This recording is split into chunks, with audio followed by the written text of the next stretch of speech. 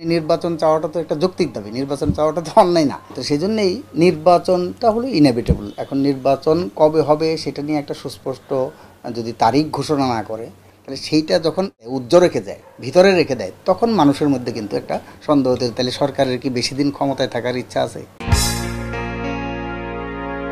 আমরা তো জানি যে ক্ষমতা পরিবর্তনের তিনটা উপায় আছে। এক পক্ষের কাছ থেকে ক্ষমতা আরেক পক্ষে যাওয়ার, সেটা তিনটা উপায়। একটা হলো নির্বাচন, হলো যে একটা সাধারণ গণতান্ত্রিক যে প্রক্রিয়া, বিশ্বব্যাপী স্বীকৃত। 2 নম্বর আছে হলো যে একটা গণ অভ্যুত্থানের মধ্য দিয়ে, বিপ্লবের মধ্য দিয়ে ক্ষমতার পরিবর্তন হয়। সেইটা গণ অভ্যুত্থানের মধ্য দিয়ে যদি একটা বিপ্লবী সরকার, বিপ্লবী কাউন্সিল গঠিত হইতো, সেইটা এক ধরনের। সেটা যেহেতু হয় নাই, সাংবিধানিক ধারাবাহিকতায় গেছে। আরেকটা হলো সামরিক অভ্যুত্থান। সামরিক অভ্যুত্থান হলে সংবিধান স্থগিত করে, মার্শাল ল অর্ডারে দেশ চলে, এবং তার পরবর্তীকালে একটা নির্দিষ্ট সময় বেছে নিজেরা দল করে বা অন্য দলই আসুক, তাদেরকে নির্বাচনের মাধ্যমে ক্ষমতা হস্তান্তর করে। তার মানে গণ অভ্যুত্থান করলেও বা বিপ্লব করলেও সেখানে নির্বাচনের মাধ্যমেই কিন্তু ক্ষমতাটা হস্তান্তর করে। তো সেই ক্ষেত্রে আমাদের এখানে যেহেতু গণ অভ্যুত্থানটা 2024 হয়েছে, সেখানে কোনো বিপ্লবী সরকার বা বিপ্লবী কাউন্সিল সেটা গঠিত হয় নাই। সাংবিধানিক ধারাবাহিকতা রক্ষা করেই সাংবিধানিক নিয়ম অনুযায়ী সেখানে অন্তর্বর্তীকালীন সরকার এখানে গঠিত হয়েছে।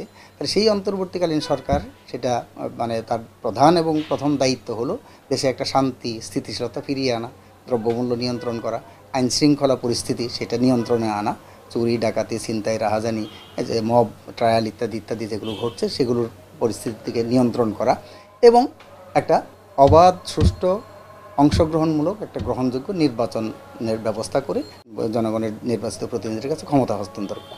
তো সেইটাই হলো যে সব দাবি। এই জন্য নির্বাচন চাওয়াটা তো একটা যৌক্তিক দাবি, নির্বাচন চাওয়াটা তো অন্যায় না। সেই ক্ষেত্রে বিভিন্ন দল বলছে যে কিছু সংস্কার করতে হবে, যেহেতু বিগত দিনে আমাদের নির্বাচন ব্যবস্থাটাকে একদম ধ্বংস করে দিয়েছে সরকার। তো সেই জন্যেই নির্বাচনটা হলো ইনএভিটেবল। এখন নির্বাচন কবে হবে সেটা নিয়ে একটা সুস্পষ্ট যদি তারিখ ঘোষণা না করে, সেই তারিখ ঘোষণা না করলেই মানুষের মধ্যে নানা ধরনের সন্দেহ, জল্পনা কল্পনা, অবিশ্বাস সেগুলো তৈরি হয়। আদৌ কি নির্বাচন হবে কি না, কবে নির্বাচন হবে, এগুলো রাজনৈতিক দলগুলোর কাছে নেতাকর্মীরা জিজ্ঞেস করে, সাধারণ মানুষ জিজ্ঞেস করে, আমাদের কাছেও জিজ্ঞেস করে।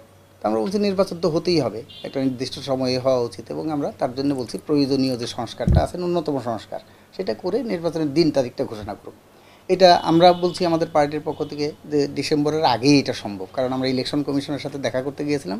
তারা বলছে তারা জুলাইয়ের মধ্যেই প্রস্তুত আছে, তাদের সমস্ত কিছু তারা প্রস্তুত করতে পারবে জুলাইয়ের মধ্যেই তারা প্রস্তুত। তাহলে সেই ক্ষেত্রে এটা আগস্ট সেপ্টেম্বর অক্টোবরেও হতে পারে। ইভেন প্রধান উপদেষ্টা যেটা বলছে ডিসেম্বরে, সেটা ডিসেম্বরেও হতে পারে। ডিসেম্বরের অত তারিখে নির্বাচন, তাহলে শিডিউলটা ঘোষণা করে দিতে পারে যত তারিখে হবে ডিসেম্বরের।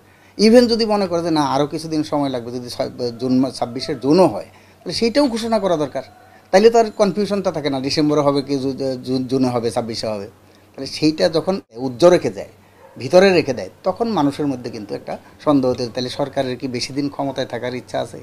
এটা নিয়ে কি কোনো ষড়যন্ত্র হচ্ছে, দেশি বিদেশি কোনো ষড়যন্ত্র চলবে কি না, এইগুলো নিয়ে নানা ধরনের ডালপালা এগুলো গজিয়ে যায়, গুজবের ডালপালা, জল্পনা কল্পনার ডালপালা। তো সেইটার থেকে মুক্ত করার জন্যে আমরা আমাদের পার্টির পক্ষ থেকে বলছি, আমাদের বামজোটের পক্ষ থেকে বলছি যে সুনির্দিষ্ট একটা তারিখ ঘোষণা করে দেন, যেদিনই হোক সেটা, এটা ডিসেম্বরে হোক, জুনে হোক, সেপ্টেম্বরে হোক, মার্চে হোক, না এক এক সময় এক এক কথা বলার দরকার নেই। সেইটা যেমন আমরা বলছি। আর সেইটা না হইলে হবে কি, ওই যে দেশি বিদেশি চক্রান্তকারী বলতেছি, ষড়যন্ত্রকারী বলতেছি, এবং সেই ক্ষেত্রে পতিত যে স্বৈরাচারী সরকার, উচ্ছেদকৃত যে শেখ হাসিনার যারা আছে, তারাও একটা ষড়যন্ত্র করার একটা সুযোগ, সেই সুযোগটা এখানে পাবে। তাহলে সেইটা যাতে না হয়, এটা তো বাংলাদেশের কারোই কাম্য না। এখন ফ্যাসিবাদ বিরোধী যে শক্তিগুলো আছে, তারা সবাই মিলে শেখ হাসিনাকে যে উচ্ছেদ করলো, কাজে তারা যাতে এখানে পুনর্বাসিত আর ওইভাবে না হতে পারে, সেটা তো সবার চাওয়া। তাহলে সেই জন্যই যত দ্রুত সম্ভব নির্বাচনটা সেটা সম্পন্ন করা দরকার।